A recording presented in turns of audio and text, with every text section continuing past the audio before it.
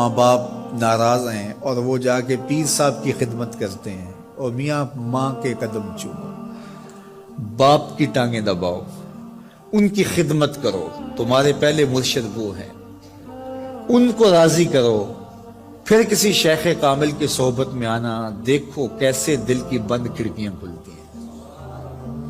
ایک مرشد تو ناراض کر رہا ہے اور دوسرے مرشد سے تمہیں کیا ملے گا؟ تو راستہ یہیں سے کھلے گا۔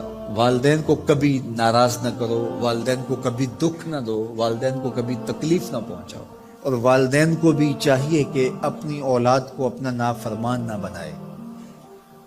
ایک بزرگ فرماتے ہیں کہ مجھے برابر 30 سال ہو گئے ہیں کہ میں اپنی اولاد کو کوئی حکم ہی نہیں دیا، کوئی حکم نہیں دیا۔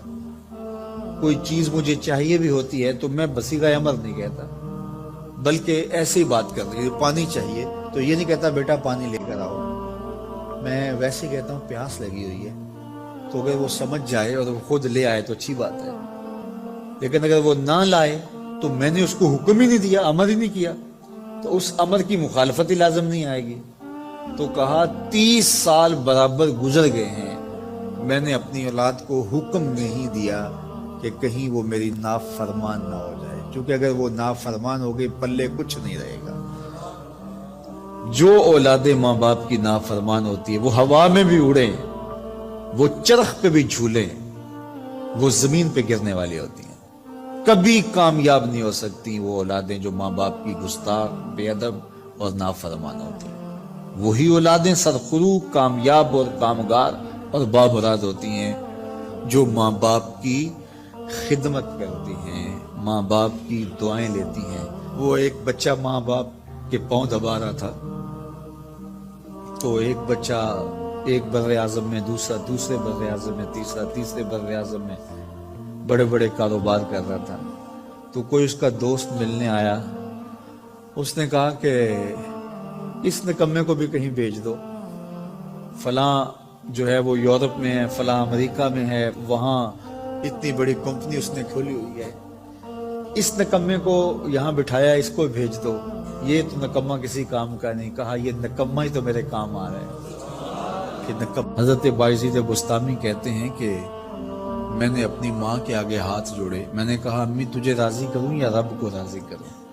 تو اپنے حق مجھے معاف کر دے، اللہ کو میں راضی کر دیتا ہوں۔ ماں نے کہا جاؤ پتر میں اجازت دیتی ہوں۔ گئے جنگلوں میں، ذکر و فکر میں لگے رہے، تنہائی میں اس کو یاد کرتے رہے، دن رات ذکر کے چراغ روشن رکھے۔ 12 سال گزر گئے حق کی تلاش میں۔ ایک دن واپس بستام کے قریب سے گزر رہے تھے، خیال آیا چلتے چلتے ماں کو سلام کر جاؤں۔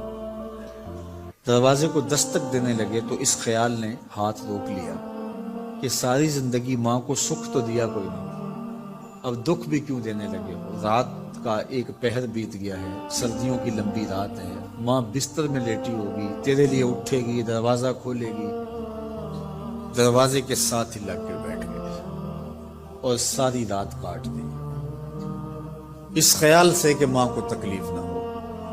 جب سحری کا وقت ہوا تو اندر سے جو نالی آتی تھی اس نالی سے پانی آیا، سمجھ گئے میری ماں تہجد کے لیے اٹھی ہے اور وضو کا پانی ہے، تو فوراً دروازے پہ دستک دی، اندر سے آواز آئی بیٹا بایزید میں بھی آئی۔ مائیں بیٹوں کے دستک کے انداز سے جان لیتی ہیں یہ کس بیٹے کے ہاتھوں کا لمس ہے۔ 12 سال کے بعد آئے، دستک دی، کہا بیٹا بایزید میں بھی آئی۔ ماں کی تو نگاہیں ہی دروازے پہ رہتی ہیں۔ اللہ اکبر۔ کہتے ہیں کہ ماں نے دروازہ کھولا، 12 سال جنگلوں کی خاک چھانتے بیت گئی تھی، پراگندہ صورت، بکھرے ہوئے بال، پھٹے ہوئے کپڑے۔ میری ماں کی جب نگاہ میرے پہ پڑی تو اس کی چشمان سے موٹے موٹے آنسو ٹپکنے لگے، اور اس نے ایسے ہاتھ پھیلا کے کہا مالک میرا بیٹا بایزید تیری طلب میں نکلا تھا، تو نے ابھی تک اسے اپنا قرب نہیں دیا۔ حضرت بایزید بستامی کہتے ہیں 12 سال کی ریاستوں سے جو کچھ نہیں ملا تھا ماں کے اٹھے ہوئے ہاتھوں سے مل گیا۔ میں نے کہا مالک میں تجھے کہاں ڈھونڈ رہا ہوں، تو کہاں موجود؟